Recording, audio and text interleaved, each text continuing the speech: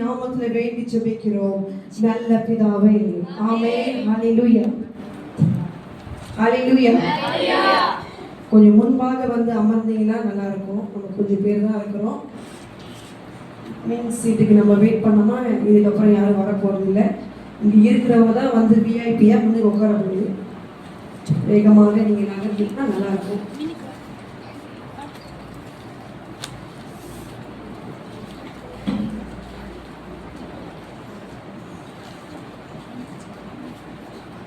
ஹalleluya. ஆமென். கர்த்தர் ஆசீர்வதிப்பாராக. இன்றைக்கு ஆதார வசனத்திற்கு எழுந்து நிற்போம். உன்னத பாட்டின் புஸ்தகம் 4வது அதிகாரம் வசனம் 12. உன்னத பாட்டு 4வது அதிகாரம் வசனம் 12.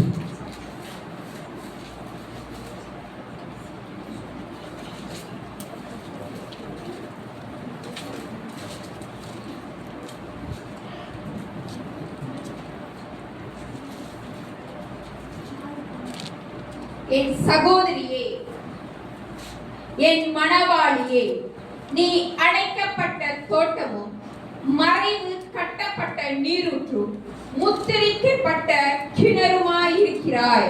ஹalleluya. சேர்ந்து வாசிப்போம். சகோதரி வாசிப்பார்கள், கூட சேர்ந்து எல்லாரும் வாசிப்போம். 1 2 3 go. என் சகோதரியே, என் மணவாளியே, நீ அடைக்கப்பட்ட தோட்டமும் மறைவு கட்டப்பட்ட நீரூற்றும் முத்திரிக்கப்பட்ட கிணறுமாயிருக்கிறாய். ஹalleluya. அமர்ந்து கொள்ளுங்கள். ஆமென். இந்த உன்னத பாட்டின் புஸ்தகத்திலிருந்து இந்த வசனம் நமக்கு ஆதார வசனம். தலைப்பு அடைக்கப்பட்ட தோட்டம், மறைவு கட்டப்பட்ட நீரூற்று, முத்திரிக்கப்பட்ட கிணறு. கொஞ்சம் நீட்டா இருக்கும், வேகமா எழுதி கொள்ளுங்கள். அடைக்கப்பட்ட தோட்டம், அதோட விளக்கங்கள் நான் உங்களுக்கு பாடு சொல்லிக் கொடுக்கிறேன். மறைவு கட்டப்பட்ட நீர் ஊற்று, முத்திரிக்கப்பட்ட கிணறு. The garden locked up, spring enclosed and fountain sealed. Song of Solomon or Song of Songs chapter 4 verse 12. எழுதிட்டீங்களா? தலைப்பு அடைக்கப்பட்ட தோட்டம், மறைவு கட்டப்பட்ட நீர் ஊற்று, முத்திரிக்கப்பட்ட கிணறு. ஹalleluya.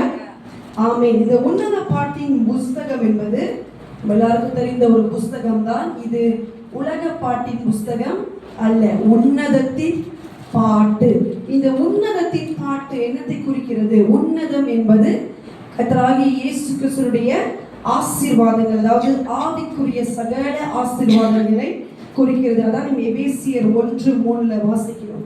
இது உன்னத பாட்டுக்கு ஒரு இன்ட்ரோ நான் கொடுக்கிறேன். இந்த அதிகாரத்தை யார் எழுதியது? இந்த புஸ்தகத்தை யார் எழுதியது? சாலமன் ஞானி எழுதினார். நீங்க வாசிக்கும் போது பார்க்கலாம், சாலமோனின் உன்னத பாட்டு என்று எழுதியிருக்கும். இது அநேக பேர் என்ன சொல்றாங்க உலகத்துல, அதாவது சபையிலே கூட தான், இது வந்து ஒரு காதல் கடிதம், இது வந்து சின்ன பிள்ளைங்களாம் படிக்க கூடாது, இது வந்து நீங்க படிச்சீங்கன்னா அப்படிதான் இருக்கும் அம்மாவா.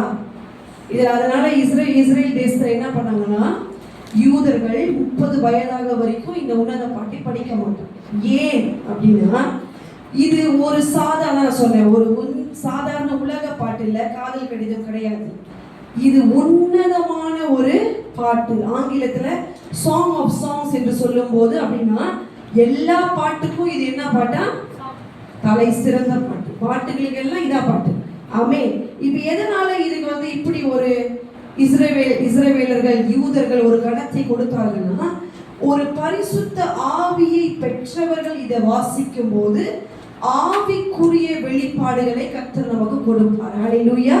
இது ஆவிக்குரிய உன்னதமான புஸ்தகம். இது உலகத்துக்குரிய ஒரு ஏதோ ஒரு காதலன், ஒரு ஆண் பெண் காதலிக்கிற காதல் கதை கிடையாது.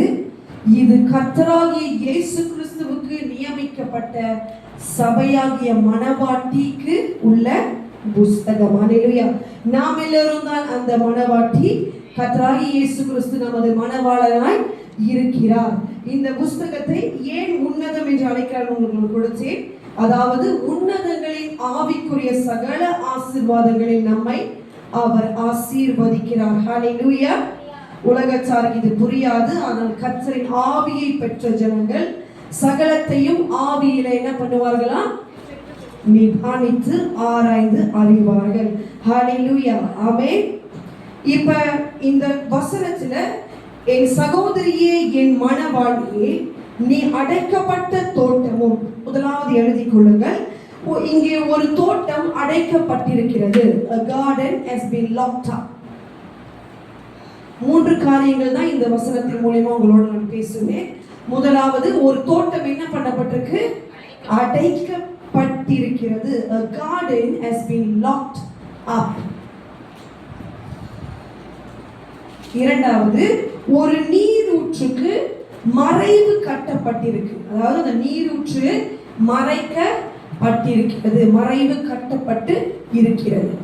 மூன்றாவது வசனத்திலே போட்டிருக்கிறது, ஒரு கிணறு முத்திரிக்கப்பட்டிருக்கிறது.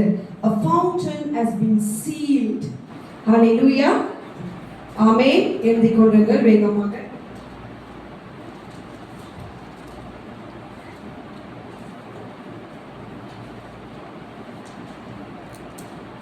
இப்ப இந்த வசனம் ஒரு வாக்குத்தத்த வசனமாய் நமக்கு வருகிறது. என்னது அப்படி ஒரு தோட்டம், என்னது ஒரு நீரூற்று, என்ன ஒரு கிணறு அப்படின்றத இப்ப நம்ம பார்க்க போறோம். இந்த தோட்டம் என்பது நம்மளுடைய சரீரத்தை குறிக்கிறது. நீரூற்று நம்முடைய ஆத்துமாவையும், கிணறு என்பது நம்முடைய ஆவியையும் குறிக்கிறது. இப்ப இந்த 3 பகுதியை உள்ளடக்கியவர்கள் தான் நாம் எல்லாரும். ஹல்லேலூயா. ஆவி, ஆத்துமா, சரீரம் உடையவர்கள் தானே. யாராவது இப்ப ஆவிகளா இருக்கிறீங்களா? இல்ல, எல்லாருமே சரீரத்துல தான் இங்க அமர்ந்திருக்கிறோம். ஆமென். நமக்கு ஆவி இருக்கு, ஆத்துமா இருக்கிறது, சரீரம். அப்ப இந்த 3மே ஒரு மனுஷனுக்குள்ளாக இருக்கிறது. இப்ப இந்த 3க்கும் என்ன தேவையா? ஒரு மறைவு தேவை. அப்புறம் என்ன தேவை? முதல்ல ஒரு அடைப்பு தேவை, இரண்டாவது ஒரு மறைவு தேவை, மூன்றாவது என்ன தேவையா?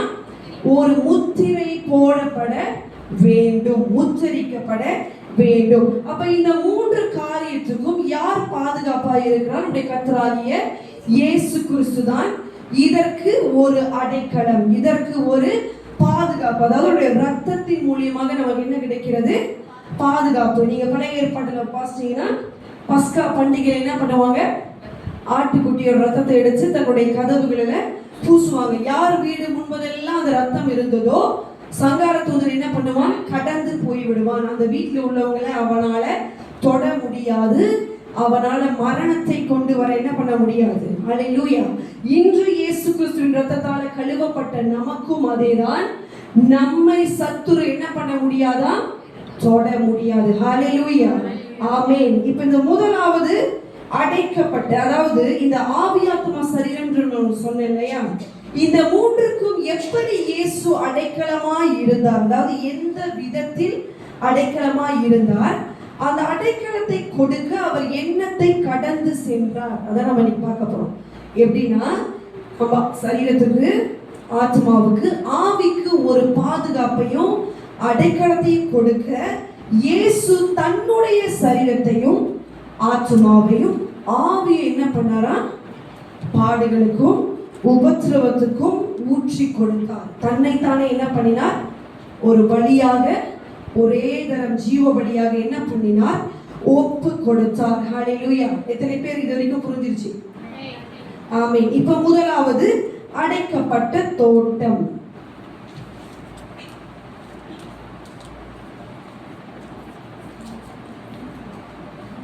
இப்ப தோட்டம் எப்படி இருக்கும்? எத்தனை பேர் தோட்டம் போட்டிருக்கீங்க? இங்கெல்லாம் தோட்டம் பார்க்கறது ரொம்ப குறைவு. இப்ப எத்தனை பேர் பொட்டானிக்கல் கார்டன் போயிருக்கீங்க? எப்படி இருக்கும் அந்த தோட்டம்? செடி கொடியா இருக்கும், அழகா இருக்கும். வேற என்ன இருக்கும்? பூக்கள் நிறைய இருக்கும். இப்ப அந்த தோட்டத்துக்கு யார் வேணாலும் போலாமா? போலாம். எந்த டைம் வேணாலும் போலாமா? முடியாது. அதுக்குன்னு ஒரு நேரத்தையும் ஒரு வாசலை என்ன பண்ணிருக்காங்க? வச்சிருக்காங்க. அதுக்கு ஒரு கேட்டை வச்சு இழுத்து மூடி இருக்காங்க. எதனால அப்படின்னா, அந்த தோட்டத்தை தேவையில்லாதவர்கள் போது அதை வீணாக்காதபடிக்கு, கெடுத்து போடாதபடிக்கு, அதாவது துஷ்ட மிருகங்கள் அதுக்குள்ள வந்து அந்த அழகான தோட்டத்தை சீர்குலைக்காதபடிக்கு அதற்கு ஒரு கதவு என்ன பண்ணுது? தேவை, ஒரு பாதுகாப்பு. தான் நீங்க பாத்தீங்கன்னா அங்க கார்ட்ஸ் இருப்பாங்க அந்த கேட் கிட்ட. எதற்கு பாதுகாக்கிறாங்க? அதை எதுவும் வீணாக்காத படிக்கு. இப்ப இந்த தோட்டமாக இருக்கிற நம்முடைய சரீரம், ஹல்லேலூயா, இந்த சரீரத்துக்கு ஒரு பாதுகாப்பு தேவை, ஒரு அடைக்கலம் தேவை. இப்ப இந்த தோட்டம் தான் நீங்க ஆதியாகமம் பாத்தீங்கன்னா ஏதேன் தோட்டத்துல என்ன நடந்தது? என்ன நடந்துச்சு? ஒரு பாவம் வந்து அது என்னதான் மாறுச்சு? சாபமாகி கடைசியில மனுஷனுக்கு மரணம், நித்திய மரணம் நியமிக்கப்பட்டு போனது. ஆனால் அதை மேற்கொள்ள, அதை ஜெயம் எடுக்க இயேசு கெத்சமனே தோட்டத்தில் என்ன பண்ணார்? தன் சரீரத்திலிருந்து இரத்த துளிகளை சிந்தினார். ஹல்லேலூயா. அவர் சரீரத்திலிருந்து வந்த அந்த இரத்த துளிகள், இரத்தத்தின் வேர்வை, அந்த இரத்தம் தான் நம்முடைய சரீரத்துக்கு இப்ப என்ன செய்கிறது? ஒரு பாதுகாப்பு, ஒரு அடைக்கலம். ஹல்லேலூயா. அந்த இரத்தம் நம்மளை என்ன செய்யும்? சுத்தி கரிக்கும். நம்மளுக்கு இருக்கிற அத்தனை வியாதிகளையும் சோர்வுகளையும் சரீரத்துல வருகிற பலவீனங்களை எல்லாம் அவர் நமக்கு ஜெயிக்க எப்படி உதவி செய்தார்? அவர் அந்த சரீரத்தின் பாடை என்ன செய்தார்? முதலாவது கடந்து போனார். அப்ப ஏதேன்ல பாவம் வந்தது, ஆனால் கெத்சமனே தோட்டத்தில் இயேசு அதற்கு ஒரு ஜெயத்தை கொடுத்தார். ஹல்லேலூயா, ஆமென். அதனால்தான் இந்த தோட்டத்திற்கு ஒரு மறைவு தேவை. அந்த மறைவு யார்? நம்மளுடைய கர்த்தராகிய இயேசு கிறிஸ்துவும் அவருடைய ரத்தம். அதனால்தான் நம்ம வாசிக்கிறோம், அவருடைய தழும்புகளால் நாம் என்ன பண்ணுகிறோம்? சுகம் அடைகிறோம். அப்ப அவருடைய சரீரத்துல வந்த தழும்புகள் நம்மளுடைய சரீரத்தில் இருக்கிற வியாதிகளை என்ன செய்து சுகப்படுத்துகிறது. நம்ம சரீரத்தில் இருக்கிற ஒவ்வொரு அவயங்களுக்காக, அதாவது பார்ட்ஸ் ஆஃப் யுவர் பாடி, ஆர்கன்ஸ்க்காக அவர் சரீரத்தில் இருக்கிற ஒவ்வொரு அவயங்களும் என்ன பட்டப்பட்டது? பிக்கப்பட்டு, அடிக்கப்பட்டு, நொறுக்கப்பட்டு அவர் அதை சுமந்தார். ஹல்லேலூயா, ஆமென். இதனாலதான் நம்ம ஏசாயா 54:17 வாசிங்களேன்.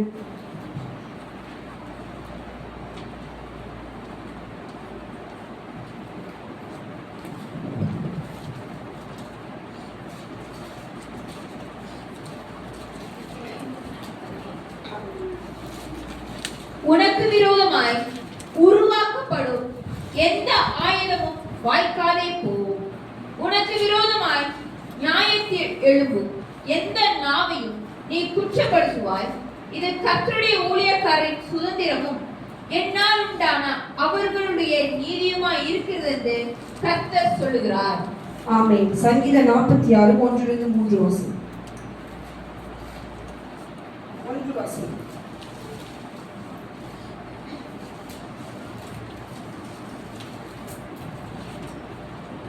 தேவன் நமக்கு அடைக்கலமும் பெலனும் ஆபத்து காலத்தில் அனுகூலமான துணையுமானவர். ஹல்லேலூயா. தேவனே நமக்கு அடைக்கலமும் பெலனும் ஆபத்து காலத்தில் அனுகூலமான துணையானவர். அதாவது இந்த இயேசுவே நமக்கு ஒரு அடைக்கலம். இந்த சரீரத்தை சத்துரு கெடுத்து போடாதபடிக்கு, பாவம் நம்மளை மேற்கொண்டு மரணத்துக்கு இந்த சரீரம் நியமிக்கப்படாதபடிக்கு இயேசுவின் ரத்தம் நமக்கு என்ன செய்தது? ஒரு ஜெயத்தை, ஒரு விடுதலையை அவர் கொடுத்தார். ஹல்லேலூயா, ஆமென். இந்த தோட்டத்துக்குள்ளாக இன்னொரு அர்த்தத்தை நான் கொடுக்க விரும்புகிறேன். முதலாவது, இந்த தோட்டம் ஒரு சரீரம். இரண்டாவது, இந்த தோட்டம் சபைக்கு நிழலாட்டம். ஹல்லேலூயா, ஆமென். இந்த தோட்டம் எதற்கு நிழலாட்டம்? சபைக்கு, கர்த்தர் கொடுத்த இந்த சபைக்கு. அதனால்தான் நம்ம வாசிக்கிறோம், அவர் சபையை என்ன செய்தாராம்? தன்னுடைய சொந்த ரத்தத்தை கொடுத்து, விலை கொடுத்து அதை வாங்கினார். ஹல்லேலூயா. அப்ப இந்த சபை ஒரு அடைக்கப்பட்ட தோட்டம். அப்ப இந்த தோட்டத்துக்குள்ளாக நம்ம ஓடி வந்து விட வேண்டும். எப்படி நோவாவுடைய பேழை கர்த்தரே அதை இழுத்து அடைத்தார். அந்த கதவை கர்த்தர் தான் என்ன பண்ணாரு? அடைத்தார். ஏனென்றால் அதற்குள்ளாக வேற எதுவும் நுழையாதபடிக்கு. அதே போல நம்முடைய சபைக்கு கர்த்தரே ஒரு அடைக்கலம். ஆமென். அவர்தான் இந்த சபைக்கு ஒரு அடைப்பை வைத்திருக்கிறார். இது ஒரு சாதாரண தோட்டம் அல்ல, இது ஒரு பரிசுத்த தோட்டம். இந்த சபை என்ற தோட்டத்தை நம்ம எப்படி அனுசரிக்கிறோம்? இந்த தோட்டத்தை நம்ம எப்படி பாதுகாக்கிறோம்? இந்த தோட்டத்துக்குள்ள நம்ம எப்படி பயபக்தியோடு அதாவது எப்படி அடைக்கப்பட்ட தோட்டம்னா என்ன அர்த்தம்னா, இது பரிசுத்தமாய் இருக்கும்படி என்ன பண்ணப்பட்டிருக்கு, அடைக்கப்பட்டிருக்கு. ஆனா இன்னைக்கு நம்ம பார்க்கிறோம், சபைக்குள்ள பரிசுத்தம் இருக்கிறதா? பரிசுத்த குலைச்சல். இப்போ ஒரு அடைப்பு எதனால இருக்குன்னா, உலகத்தின் காரியங்கள், உலகத்தின் சிற்றின்பம், உலகத்தின் சீர்கேடுகள் இந்த சபைக்குள்ள வராதபடிக்கு கர்த்தர் என்ன செய்தார்? ஒரு அடைப்பை இந்த தோட்டத்துக்கு வைத்தார். ஆனால் இன்று சபைகளுக்குள்ள என்ன இருக்குது? உலகத்தில் இருக்கிற அத்தனை காரியங்களும் இன்று மிகவும் வேதனையான ஒரு காரியம். அத்தனை சினிமா எல்லாமே இப்ப சபைக்குள்ள நுழைந்து பரிசுத்தம் என்ன பண்ணப்படுது? குலைச்சல், பரிசுத்த குலைச்சல். ஆண்டவருடைய கோபத்துக்கு, அவருடைய நியாய தீர்ப்புக்கு ஆளாகும்படி இன்றைய உள்ள சபைகளை நாம் பார்க்கிறோம். எப்படி இருக்கிறது? ஒரு பயபக்தி, ஒரு ஒழுக்கம், இது ஆண்டவர் வாழுகிற இடம், இது அவர் உலாவுகிற இடம் என்ற ஒரு பயபக்தி, ஒரு நடுக்கம். ஓ, நான் சபைக்கு போகும்போது என் நடையை என்ன பண்றேன்னா, தாவீது சொல்லுகிறார், தாவீது ஒரு ராஜா, ராஜாவே சபைக்கு போகும்போது நடுங்கி கொண்டுதான் போகிறார். ஓ, அது கர்த்தருடைய ஆலயம், அங்கு அவர் இருக்கிறார். ஆனால் இன்றைக்கு நம்மளை நாம் ஆராய்ந்து பார்ப்போம். எப்படி நாம் சபைக்கு வருகிறோம்? நடுக்கத்தோடு வருகிறோமா? இல்லை ஏதோ நான் ஒரு சனிக்கிழமை ஆராதனைக்கு வந்தேன், ஏதோ ஒரு வசனத்தை கேட்டேன், எப்போதும் போல வரலன்னா பாஸ்டர் கேட்பாரு அதனால வந்தேன் அப்படின்னு அல்ல. நான் என் தேவனை சந்திக்க வருகிறேன், இன்றைக்கு ராஜாதி ராஜாவை நான் பார்க்க வருகிறேன் என்று ஒரு பயபக்தியோடு இந்த தோட்டத்துக்குள்ளாக நம்ம வர வேண்டும். அப்ப இந்த தோட்டம் என்ன செய்யுமாம்? உங்களை நிலைநாட்டி நீங்கள் கனி தருவீர்கள். ஹல்லேலூயா. எப்படி ஒரு பசுமையான தோட்டம் எப்படி இருக்கிறது? மரங்கள், பூக்கள் காய்த்து குலுங்கிறது போல அந்த தோட்டம் செழிப்பாய் இருந்து நாம் எல்லோரும் ஆவிக்குரிய கனிகளை தருவோம். ஒரு ஆள் ஒரு மரமாய் இருப்போம். ஆவிக்குரிய ரேம்ஸ்ல பார்த்தா மேபி நீங்க ஒரு துரியா மரமா இருக்கலாம், சில பேர் ஒரு மாங்காய், இந்த மாதிரி தேங்காய், நிறைய மரங்கள் இருக்குல்ல. எல்லா மரங்களும் பயன் தருகிறது தானே? ஆமீன். அதற்குள் வித்தியாசம் இருக்கலாம். துரியா வாடை மாதிரி இன்னொரு மரத்துக்கு வாடை இருக்கா? வாசனை சொல்லுவாங்க. சில பேர் வாடைன்னுவாங்க, பிடிக்காதவங்களாம் நாறுதுன்னுவாங்க, பிடிச்சிருக்கிறவங்க வாசனை. எனக்கு வாசனை யார் எத்தனை பேருக்கு பிடிக்காதுன்னு. அப்ப அந்த மாதிரி தேங்காய் மரத்துல இருந்து வாசனை வருமா? தென்னை மரத்துல இருந்து தேங்காய் மரம், தென்னை மரத்துல இருந்து வாசனை வருமா? வராது. ஆனா தென்னை மரம் கொடுக்கிற தேங்காய் பால், தேங்காய் வேற மரத்துல கிடைக்குமா? கிடைக்காது. எல்லா மரத்துக்கும் ஒரு பயன் உண்டு. அதனால சபையில நான் இவங்களுக்கு தான் பயன் இருக்கு, இவங்களுக்கு இல்ல, இது இப்போதான் செடியா இருக்கு, இப்போதான் முளைச்சிருக்கு அப்படின்னு நம்ம எதையுமே என்ன பண்ண முடியாது. எல்லாரும் கர்த்தர் பார்வையில விலையேற பெற்றவர்கள். ஹல்லேலூயா. ஏனென்றால் அந்த ஆத்துமா விலையேற பெற்றது. ஒவ்வொருவருக்கும் ஒரு ஃபங்க்ஷன், ஒரு அந்த தோட்டத்துல ஒரு மரத்துக்கு ஒரு ஃபங்க்ஷன் இருக்கு, ஒரு பூக்கு ஒரு ஃபங்க்ஷன் இருக்கு. பூ சும்மா தானே இருக்கு, சும்மா அழகா இருக்கு அப்படின்னு நம்ம நினைக்கிறோம். ஆனா பூ இல்லைன்னா என்ன நடக்காது? பீயோடைய சயின்ஸ் நீங்க படிக்கலாம், அந்த பாலினேஷன் நடக்காது. அப்ப இன்னொரு மரம் வளரத்துக்கு வாய்ப்பு இல்லாம போயிடும். சயின்ஸ் படிச்சீங்கன்னா அதுல படிக்கலாம். அப்ப அந்த பூக்கு கூட ஒரு ஃபங்க்ஷன் இருக்கிறது. ஹல்லேலூயா. அப்ப இந்த தோட்டத்துக்குள்ள வந்த நம்ம எல்லாரும் இயேசு கிறிஸ்துவின் அடைக்கலத்துக்குள்ள வந்து கனி கொடுப்போம். ஆமென். அதனாலதான் என்ன நடந்தாலும் இந்த தோட்டத்துக்குள்ள ஓடி வந்து அடைக்கலத்துக்குள்ள என்ன பண்ணிடணும்? நம்மளை மறைச்சு கொள்ளணும். உன்னதமானவருடைய மறைவுக்குள்ள நம்ம வந்து மறைச்சு கொள்ளணும். ஏனென்றால் வாரத்துல எத்தனை நாள் சபைக்கு வரும்? ஒரு நாள் வரும், 2 நாள் வரும். மற்ற நாளெல்லாம் நம்ம வெளியே தான் இருக்கும். வெளியே நம்மளுக்கு அநேக காரியங்கள் நடக்கலாம், சத்ருவின் போராட்டம் இருக்கலாம், பிரச்சனைகள், கடற்தொல்லைகள், நிறைய காரியங்கள், வியாதி, பலவீனம் நம்மளை போட்டு அழுத்தலாம். ஆனால் அந்த வாரத்தில் ஒரு நாள் கர்த்தருடைய ஓய்வு நாள் என்ன பண்ணிடணும்? இன்னைக்கு நான் என் தோட்டத்துக்கு போகிறேன்னு சொல்லி ஓடி வந்து அந்த மறைவுக்குள்ளாய் நம்மளை வைத்துக் கொள்ளணும். ஹல்லேலூயா. அப்படி மறைவுக்குள்ளாய் வந்தவர்கள் பரிசுத்தத்தை காத்து நடக்க வேண்டும். அதனால்தான் நம்ம சபையை எடுத்துக்கிட்டீங்கன்னா அப்போஸ்தலருடைய உபதேச சபை, நீங்க மற்ற சபை மாதிரி இது சபை அல்ல. அநேக சபைக்கு நீங்க போயிருக்கலாம். அதனால மற்ற சபையை நம்ம குறை சொல்லக்கூடாது. நமக்கு வைக்கப்பட்ட கர்த்தர் கொடுத்த தெளிவு வசனத்தின் அறிவின்படி நம்மளுடைய நடை உடை எல்லாத்தையும் நம்ம என்ன பண்ணணும்? காத்து கொள்ள வேண்டும். ஆமென், அல்லேலூயா. இப்ப இரண்டாவது, மறைவு கட்டப்பட்ட ஒரு நீர் ஊற்று.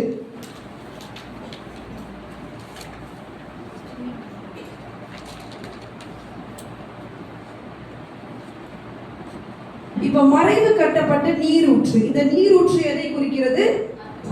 ஆத்துமாவை குறிக்கிறது. இதனால் தான் நீங்க வாசிக்கலாம். யோவான் 4:14 வாசிங்களேன்.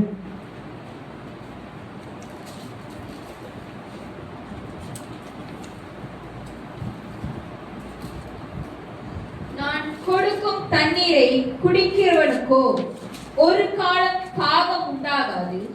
நான் அவனுக்கு கொடுக்கும் தண்ணீர் அவனுக்குள்ளே நித்திய ஜீவ காலமாய் ஊறுகிற நீரூற்றுமாய் இருக்கும் என்றார்.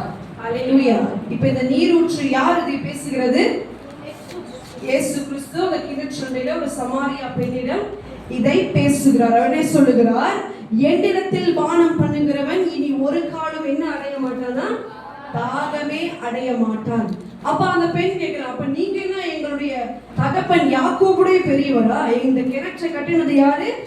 எங்களுடைய முற்பிதாவாகிய யாக்கோபு. அவளுக்கு யார் அது பேசுகிறது என்று தெரியல. ஆண்டவரை பார்த்து கேட்கிறார். ஆண்டவர் சொல்லுகிறார், என்னிடத்தில் நீ பானம் பண்ண உனக்கு என்ன கிடையாது? தாகம் இல்லை. அப்படி பானம் பண்ணுவர்களுக்கு என்ன கிடைக்குமா?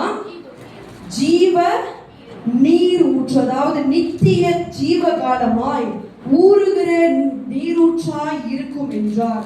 ஹல்லேலூயா. அப்படி என்றால் என்ன அர்த்தம்? அந்த ஆத்துமாவுக்கு ஒரு நீரூற்றாய் அவருடைய ரட்சிப்பு கடந்து வருகிறது. அது ஒரு வற்றாத நீரூற்று. அது மாத்திரமல்ல, அந்த தண்ணீர் எதை குறிக்கிறது? பரிசுத்த ஆவியானவரை குறிக்கிறது. ஒரு ஆவிக்குரிய ஜீவியத்தை குறிக்கிறது. அதனால்தான் இந்த ஆத்துமாவுக்கு ஒரு மறைவு தேவையா. அதாவது இந்த நீரூற்றுக்கு மறைவு இல்லைன்னா என்ன நடக்கும்னா, அந்த நீரூற்றுக்குள்ள என்ன வரும்? தோட்டம் மாதிரி தான் இந்த நீரூற்றும் பாதிக்கப்படும். அது அழகா ஓடுகிற தண்ணீர் என்ன ஆகுமா? களங்கமடையும். அது தீட்டுப்பட்டு போகலாம். அது அழுக்கடையும், கரைப்படுத்தப்படும். அப்ப அந்த கரைப்படாதபடிக்கு ஒரு மறைவை அங்க கர்த்தர் வைக்கிறார். அதாவது என்ன அந்த மறைவு? ஆத்துமாவின் மறைவு வசனம். எழுதி கொள்ளுங்கள். நம்மளுடைய ஆத்துமா தீட்டுப்படாதபடிக்கு, களங்கம் அடையாதபடிக்கு காக்கிறது கர்த்தர் கொடுத்த வசனம். அல்லேலூயா. அதனால இந்த வசனம் நம்மளுடைய ஆவி, ஆத்துமா, சரீரத்தை எல்லாத்தையும் என்ன பண்ணுது? ஒன்னைய விட்டு விடாம அது உருவ குத்தி நம்மளுடைய பாவங்களை நமக்கு கண்டித்து உணர்த்தும். ஆமே. அதனால எப்படி நம்மளை காத்துக்கொள்ளணுமா? இந்த ஆத்துமாவை நீங்க வசனத்துல நிரப்பும் போது, இப்ப நான் சொன்னேன்ல, இந்த நீரூற்று அழுக்கடையும். எப்படி அழுக்காகும்? நான் உங்களுக்கு கம்பேரிசன்ல கொடுக்குறேன். இப்ப நீரூற்று எப்படி இருக்கும் உங்களுக்கு தெரியும்ல? ஸ்பிரிங் நீரூற்றுனா தண்ணி அழகா சுத்தமான தண்ணி வற்றாம ஓடும். இப்ப இந்த நீரூற்றா இருக்கிற ஆத்துமா எப்படி களங்கம் அடையும்? எப்படி அதுக்குள்ள அழுக்கு போகும்? ஓட தண்ணி நின்றுச்சுன்னா ஸ்டாக்னன்சி. Okay, very good. இப்போ நீங்க சொன்ன மாதிரி தான் நின்றுச்சு. நீங்க ஆன்ட்டி இங்கிலீஷ்ல சொன்னாங்க ஸ்டாக்னன்சி அப்படின்னா. இப்போ அந்த ஓடுற தண்ணி என்ன ஆயிடுச்சு? திடீர்னு அது ஏதோ ஒரு கல்லோ ஏதோ ஒன்று விழுந்து அது அப்படியே என்ன ஆச்சு? அது ஓடாம நின்று போயிடுச்சு. அப்போ ஓடாம நின்று போனா அது என்னவா மாறிடும்? பாச பிடிச்சோம். அது பார்த்துருக்கீங்களா? அந்த தண்ணி மேல ஒரு மாதிரி அப்படியே ஒரு மாதிரி இருக்கும், என்ன மாதிரி. அப்புறம் எல்லா பூச்சிகளும் அதில் இருக்குங்க. அது என்னவா கூப்பிட்டு சொல்லுவாங்க? அழுக்கான குட்டை அப்படின்னு அந்த நீரூற்று ஒரு குட்டைய மாறிடும். ஆமே. அப்ப இந்த ஓடுகிற இந்த நீரூற்று, அதாவது இந்த நீரூற்றை வற்றாம ஓட வைக்கிறது வசனம். எப்படி இது ஒரு அழுக்கான ஒரு குட்டையா, அதாவது இது ஒரு அதாவது என்னன்னா இது ஃப்ளோ ஆகாம எப்படி மாறும்னா, வசனத்துக்கு விரோதமான கள்ள உபதேசங்கள் என்னைக்கு இந்த ஆத்மாக்குள்ள ஊறுதோ, அதாவது புதிய புதிய உபதேசங்கள், நியூ ஏஜ் டாக்ட்ரின்ஸ், அப்புறம் வேற என்ன டாக்ட்ரின்ஸ்? பேய்களின் உபதேசம் அப்படின்னு இருக்கு. அதாவது டாக்ட்ரின் ஆஃப் டெவல்ஸ் வேற என்ன இருக்கு? கள்ள கிறிஸ்துக்கள், கள்ள அந்தி கிறிஸ்து, கள்ள போதகர்கள், கள்ள தீர்க்கதரிசிகள் இப்படின்னு இந்த எல்லா வித காரியங்களையும் நீங்க உங்க ஆத்மாவுல போட்டுக்கிட்டீங்கன்னா என்ன நடக்கும்? It will be stagnant. Your soul will not be a spring. It will become like a குட்டை என்ன சொல்லுவாங்க? போனா stagnant waters. Dryness. சரி, அப்ப இந்த ஆத்மாவுக்கு மறைவு என்னது? இந்த வசனம். ஓகே, அப்ப இந்த என்னைக்கு இந்த வசனம் நமக்குள்ள இல்லையோ, அதாவது ஒரு மறைவு இல்லையோ, அது திறக்கப்பட்டுச்சுன்னா என்ன வந்து பூந்துரும் அந்த ஆத்மாவுக்குள்ள? தேவையில்லாத புது புது கல்ல உபதேசங்கள், ரகசிய வருகை இல்ல. நீங்களாம் என்ன ரகசிய வருகை நம்பிட்டு இருக்கீங்க? அப்படி இதெல்லாம் பைபிள்ல இருக்கா? அதனால அது வெள்ளை கொடுத்து ஆண்டு கலர் படிக்கலையா? இந்த மாதிரி பலவிதமான காரியங்கள் அப்படின்னு புதிய புதிய இப்போ வந்து புதுசு புதுசா வந்துருச்சு. ரோபோட் ஒரு உபதேசம் வந்துருச்சுன்னு நினைக்கிறேன். ரோபோட் கூட சபையில இருந்து என்ன பண்ணுது? ப்ரீச் பண்ணி பந்தி கொடுக்குது. இது என்ன உபதேசம்? ஏஐ உபதேசம். பாஸ்டர் இனி தேவையில்லை. ஸ்கிரீன்ல என்ன இருக்கு? இனிமேல் ஒரு ஸ்கிரீனை போட்டுட்டு அந்த ஸ்கிரீன்ல அது வந்து என்ன பண்ணுது? ப்ரீச் பண்ணுது. இன்னொரு சபையில என்ன நடக்குதுன்னா அது ரியலாவே இங்க நிக்குது. ஜனங்கள்லாம் வந்து அதுக்கு ஜெபம் வாங்கிட்டு போறாங்க, ஆசீர்வாதம் கொடுத்து அனுப்புது. உலகத்துல என்ன நடக்குது பாருங்க. அது பேர் வந்து ரோபோட் பாஸ்டர். அதுதான் அவங்களோட சபைக்கு ஊழியக்காரமா. ஆண்டவரே, இதெல்லாம் கர்த்தர் பாதிரி எப்படி தாங்கிட்டு இருக்காருன்னு நம்மளுக்கு தெரியல. அவர் பொறுமையோடு நீடிய பொறுமையா என்ன பண்றாரு? ஐயோ, இன்றைக்காவது என் ஜனம் மனம் திரும்புமா, நாளைக்கு திரும்புமா, அடுத்த வாரம் திரும்புமா அப்படின்னு சொல்லி என்ன பண்றாரா? நீடிய பொறுமையோடு கர்த்தர் காத்திருக்கிறார். ஹல்லேலூயா. அப்ப இந்த ஆத்மாவுக்கு ஒரு மறைவை போட வேண்டியது வசனத்தின் மூலியமாக தான். அதனாலதான் நம்ம பார்த்தோம்னா கர்த்தராகிய இயேசு கிறிஸ்து எப்பொழுதுமே வசனத்தை வைத்துதான் என்ன பண்ணார்? சத்துருவை ஜெயித்தார். அவர்கிட்ட வருகிற சகல உபத்திரவத்தை என்ன பண்ணினார்? ஜெயித்தார். இப்ப இந்த ஆத்மாவுக்குள்ள அநேக காரியங்கள் இருக்குது. அதுல ஒன்று என்னன்னா உணர்ச்சிகள். உணர்வு அப்படின்னா ஒரு வியாகுலம், ஒரு சேட்னஸ், ஒரு கவலை, திடீர்னு ஒரு சோர்வு. இதெல்லாம் எங்க இருந்து நம்மளுக்கு வருது? ஆத்மாவில இருந்து வந்து சரீரத்துக்கு அது டிரான்ஸ்பர் ஆகும். இப்ப இயேசுவுக்கும் அது வந்ததா?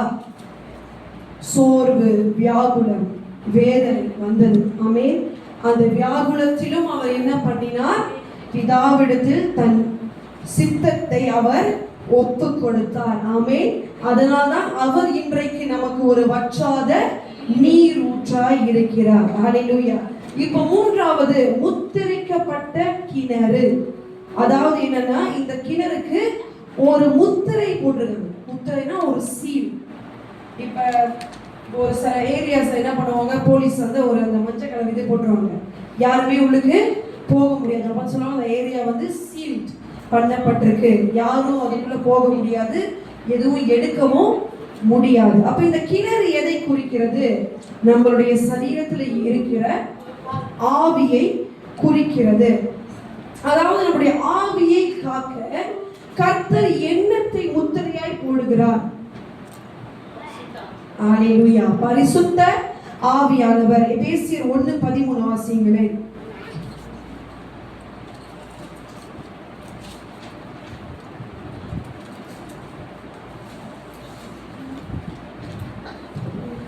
நீங்களும் உங்கள் ரட்சிப்பின் சுவிசேஷமாகிய சத்திய வசனத்தை கேட்டு விசுவாசிகளான போது வாக்குத்தத்தம் பண்ணப்பட்ட பரிசுத்த ஆவியால் அவருக்குள் முத்திரை போடப்பட்டீர்கள். அல்லேலூயா. இங்க யாரால் முத்திரை போடப்பட்டோம்? பரிசுத்த ஆவி. அதாவது நம்முடைய ஆவி பரிசுத்த ஆவியானவரால் என்ன போடப்பட்டது? முத்திரை போடப்பட்டது. எதனாலனா இந்த ஆவிக்குள்ள என்ன இருக்க முடியும்? ஏற்கனவே நம்ம படிச்சிருக்கோம். பரிசுத்த ஆவியானவர் இருக்க முடியும், அசுத்த ஆவிகளும். அதாவது பரிசுத்த ஆவியானவர் அந்த ஆவிக்குள்ள இல்லைன்னா the next moment தெரிஞ்சுக்க வேண்டியதான் என்ன அங்க இருக்கிறது. அதனால தான் நமக்கு ரொம்ப ரொம்ப அவசியம் பரிசுத்த ஆவியானுடைய தொடுதல், அதாவது அவருடைய அபிஷேகம். அவரை நாம பெற்றுக்கொள்ள வேண்டும். அதனாலதான் புதிய ஏற்பாட்டு சபையில பவுல் திரும்ப திரும்ப சொல்லுகிறார், நீங்க எந்த ஞானஸ்தானத்தை எடுத்தீங்க? ஏன் உங்களுக்கு பரிசுத்த ஆவியானவர் தெரியல? ஏன் அவருடைய அபிஷேகத்தில் நீங்க ஒன்றும் நிரப்பப்பட வில்லை. ஏனென்றால் ஆவியானவர் தான் நமக்கு முத்திரை. ஆமென். எப்படின்னா ஒரு மனுஷன் இறக்கும் போது அந்த மனுஷனுடைய ஆவி என்ன பண்ணப்படும்? தேவனிடத்துல தான் போவோம். ஆனால் இந்த ஆத்துமாவை பிடிக்க சத்துரோகத்துல வர முடியுமா? முத்திரை போடப்பட்டவர்களுக்கு அவன் வர முடியாது. ஆனால் அந்த ஆவி ஆத்துமா முத்திரை போடப்படாமல் இருந்தால் அந்த ஆத்துமாவை சத்துரு என்ன பண்ணும்? நரகத்துக்கு நேராக அனுப்பிவிடும். ஹல்லேலூயா. அதனால்தான் நம்மளுடைய ஆவியானவர் என்ன பண்ணுகிறாராம்? சகல வாக்கு கடனா பெருமூச்சுடன் என்ன செய்கிறார்? நமக்காக வேண்டுதல் செய்கிறார். ஏனென்றால் நம்மளுடைய ஆவி, அதனாலதான் அந்நிய பாஷையை நம்ம பேசுகிறோம். எதனாலதான் நம்மளுடைய ஆவியின் மனுஷனை எழுப்புகிறோம். அந்த ஆவியின் மனுஷன் சோர்வடையாத படிக்கு ஆவியில அனல் கொண்டவர்களாய் நம்ம அந்நிய பாஷை பேசும்போது என்னத்துக்கு பேசுகிறோம்? பக்தி விருத்தி அடைகிறோம். ஆமென். அப்ப இந்த மீட்பின் நாளுக்கென்று போடப்பட்ட முத்திரையாகிய பரிசுத்த ஆவியானவர். மீட்பின் நாள் என்றால் என்னது? ஏற்கனவே நான் உங்களுக்கு சொல்லியிருக்கேன் ஒரு வாட்டி. மீட்பின் நாள் என்றால் என்ன நாள்? என்ன வருகை? ரகசிய வருகை. அப்ப இந்த ரகசிய வருகையை எடுத்துக்கொள்ள போட்டு படப்பவர்கள் எல்லாத்துக்கும் ஒரு முத்திரை இருக்கிறது. அது பரிசுத்த ஆவியானவர். அதனால்தான் இந்த கிளர் என்ன பண்ணப்பட்டிருக்கு? உன்னத பாட்டின் வசனத்தின்படி கர்த்தர் நமக்கு ஒரு வாக்குத்தத்தை கொடுக்கிறார். உன் ஆவிக்கு நான் ஒரு முத்திரையை கொடுப்பேன், அதாவது அவர் பரிசுத்த ஆவியானவர். ஹல்லேலூயா. அப்ப முத்திரையாய் பெற்ற பரிசுத்த ஆவியானவரை நம்ம காக்க வேண்டும். அவரை துக்கப்படுத்த கூடாது. ஹல்லேலூயா. Do not quench your spirit. Do not despise the Holy Spirit. பரிசுத்த ஆவியானவரை என்ன பண்ணக்கூடாது? நம்ம do not grieve your என்ன பண்ணக்கூடாது? Holy Spirit. அநேக நேரத்துல நம்ம என்ன நினைக்கிறோம்? Holy Spirit அப்படின்னு சொல்லும்போது ஒரு ஆவிதான், ஒரு ஆவியானவர். ஆவியானவர் சபைக்கு போனா ஆவியானவர் வருவார் அப்படின்னு அல்ல. ஆவியானவர் ஆள் தத்துவம் உள்ளவர். அப்படின்னா நீங்க எங்க இருந்தாலும் எப்ப இருக்கும் போதும் அவர் நம்மோடு என்ன பண்றாரு? இருக்கிறார். நீங்க அவரோட பேசிக்கொண்டே இருக்க முடியும். அநேக நேரத்துல என்ன பண்றோம்? நம்ம தான் பேசுறோம் தவிர அவர் பேசுறத கேட்கறது இல்லை. அவர் பேசுறதுக்கு நம்ம இடம் கொடுக்கிறோமா? நம்மளை நம்ம இதை ஆராய்ந்து பார்ப்போம். அதே நேரத்துல ஆவியானவர் ஒருத்தர் இருக்காருன்றதே மறந்துடும். சபைக்கு வந்தாலும் அவர் ஓ ஆவியானவர், ஓ பரிசுத்த வாருமாண்டவரே, வாருமாவியே, வாருமாவியே என்ன பண்றோம்? ஆராதனை பண்ணி அப்பதான் ஓ ஆவியானவர் இருக்காரு, தேவ பிரசன்னம் இருக்கு அப்படின்னு இருக்கிறது. அப்படி அல்ல. அவர் சபையில மாத்திரம் நம்மளோடு இருக்கிறவர் அல்ல, எப்பொழுதும் நம்மோடு கொடுக்கப்பட்ட தேற்றர வாளன். ஹல்லேலூயா. துணையாளர். அதாவது இயேசு எடுக்கப்பட்டபடியால் இன்றைக்கு நம்மோடு இருக்கிற பரிசுத்த ஆவியானவர் தான் நமக்கு தேற்றரவாளன். ஆமென். ஹல்லேலூயா. இப்ப முதலாவது என்ன பார்த்தோம்? தோட்டம் என்றால் சரீரம். அந்த தோட்டத்துக்கு இரண்டாவது ஒரு நிழலாட்டம் கொடுத்தேன், சபை. இந்த தோட்டத்துக்கு என்ன தேவை? அடைப்பு தேவை. அதாவது அடைக்கப்பட்ட தோட்டம். அந்த அடைப்பு என்பது என்ன? இயேசு கிறிஸ்துவின் ரத்தம், இயேசு கிறிஸ்துவின் ரத்த வேலி. அதுதான் அந்த தோட்டத்துக்கு, சரீரத்துக்கு ஒரு பாதுகாப்பு. இரண்டாவது மறைவு கட்டப்பட்ட ஒரு நீர் ஊற்று. இப்ப நீர் ஊற்றுனா என்னன்னு சொன்ன உங்களுக்கு? ஆத்துமா. அப்ப அந்த நீர் ஊற்று ஆத்துமாவுக்கு எது மறைவு? வசனம். அப்ப எப்படி அந்த நீர் ஊற்று களங்கம் அடையும்? வசனம் இல்லாம போகும்போது அது ஃப்ளோ ஆகுது. அது நின்ற பிறகு என்ன நடக்கும்? அதுக்குள்ள தேவையில்லாத கள்ள உபதேசங்களும் அந்த ஆத்துமாவை என்ன பண்ணுமா? கலங்கப்படுத்தும். எப்படி இயேசு நமக்கு வற்றாத நீரூற்றாய் மாறினார்?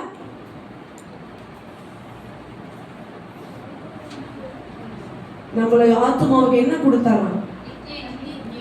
நித்திய ஜீவன் கொடுத்தார். அதுக்கு முன்பாக என்ன கொடுத்தார்? ரட்சிப்பை கொடுத்தார். ஹல்லேலூயா. அப்ப அந்த ஆத்துமாவை நித்திய பாதாளத்திலிருந்து மீட்டு எடுத்தார். மூன்றாவது முத்திரிக்கப்பட்ட கிணறு. கிணறு என்றால் அது ஆவியை நம்முடைய சரீரத்தில் இருக்கிறது குறிக்கிறது. இந்த முத்திரை எதை குறிக்கிறது? பரிசுத்த ஆவியானவர். இந்த முத்திரையாக போடப்பட்டவரை நம்ம என்ன செய்யக்கூடாது? துக்கப்படுத்த கூடாது. ஆமென். பழைய ஏற்பாட்டுல தான் பரிசுத்த ஆவியானவரை அவங்க கலங்கப்படுத்தினாங்கன்னா அவர் என்ன பண்ணிடுவார்? உடனே விட்டு போய் விடுவார். என்னம்மா சொன்னீங்க? சாவடிச்சுவாங்க. பரிசுத்த சிம்சோன் மேல வந்து ஆவியானவர் இருந்தார். அவர் பாவம் செய்யும் போது ஆவியானவர் விட்டு விலகி போய்விட்டார். புதிய ஏற்பாடுல நமக்கு கர்த்தர் என்ன கிருபையின் காலத்தினால ஆவியானவர் அளவில்லாமல் கொடுத்திருக்கிறார். அதனால அவரை துக்கப்படுத்திக்கிட்டே இருக்கக்கூடாது. நீங்க வேதத்துல பாத்தீங்கன்னா அந்த வசனம் ஒன்று பயங்கரமானது இருக்குது. மத்தேயில இருக்குதுன்னு நினைக்கிறேன். அதாவது என்னன்னா, இயேசுவுக்கு விரோதமாய் சொல்லுகிற தூஷணம் மன்னிக்கப்படுமா, பரிசுத்த ஆவியானவருக்கு விரோதமாய் சொல்ற தூஷணம் என்ன பண்ணப்படாது? இதுதான் மன்னிக்கப்படாத பாவம். பரிசுத்த ஆவியானவருக்கு விரோதமான தூஷணம்னா என்னது?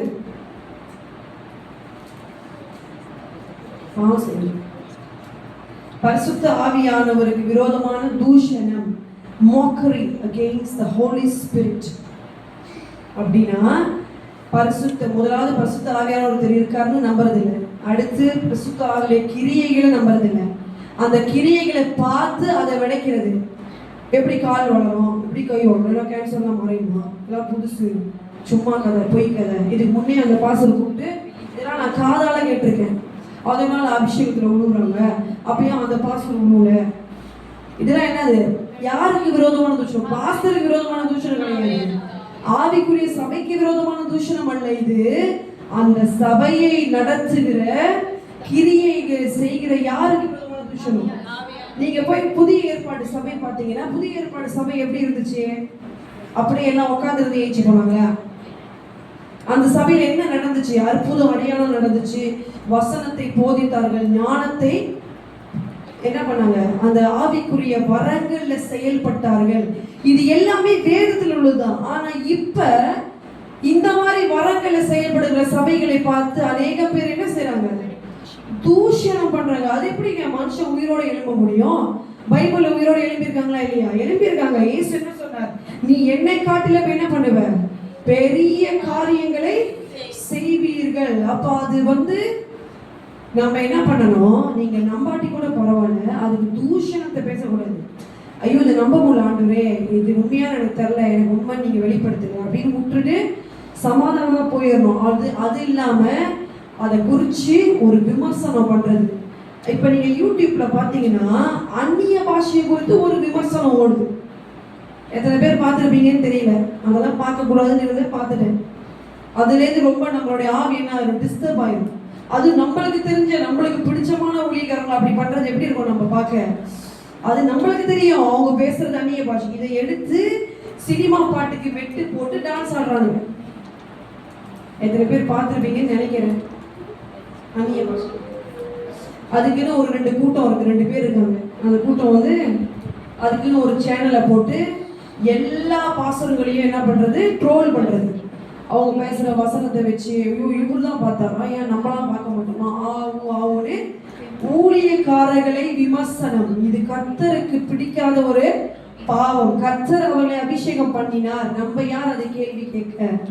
அவங்க சொல்லி கொடுத்தது உண்மையா இல்லையான்னு நம்மளுடைய வேலை என்னது? வசனத்துல போய் ஆராயுது. சும்மா உட்காந்து வீடியோ போட்டுக்கிட்டு அவங்க பாடுற அந்நிய பாஷை பாட்டையும் என்னன்னு கேட்கிறாங்க. ஓ வேற பாட்டே இல்லையா கிறிஸ்துவ உலகத்துல? அது என்ன அந்நிய பாஷை பாட்டு? அப்பயே ஆண்டவர் சொன்னார், ஆவியோடும் ஆராதனை பண்ணு, கருத்தோடு பண்ணு. அப்படின்னா என்ன அர்த்தம்? கருத்தோடு பண்றதுன்னா இப்ப நீங்க பாட்டு படிச்சு ஆராதனை பண்ணதான் கருத்தோடு பண்ணுது. ஆவியோடு எப்படி ஆராதனை பண்ணுவோம்? ஆவியில என்ன செய்ய முடியும்? அந்நிய பாஷை. இது எல்லாமே புரியாம இந்த தூஷணங்கள் நிறைய இருக்குது. அல்லேலூயா. இதுக்கு எல்லாமே கர்த்தர் நம்மளை விலக்கி காத்துக்கொள்ள வேண்டும். ஆமென். சகல கட்டுக்கதைகளுக்கும் கடைசி காலத்துல வருகிற கிழவிகளின் பேச்சுக்கும் நம்மளை என்ன பண்ணணுமா? கர்த்தர் பவுலதான் எழுதுகிறார், விலகி ஓடு, இதெல்லாம் உனக்கு தேவை இல்ல. வேதம் என்ன சொல்லுதோ அதை நம்மளுடைய கண்களை பதிய வைப்போம். ஆமென். எழுந்து நின்று ஜெபிக்கலாம்.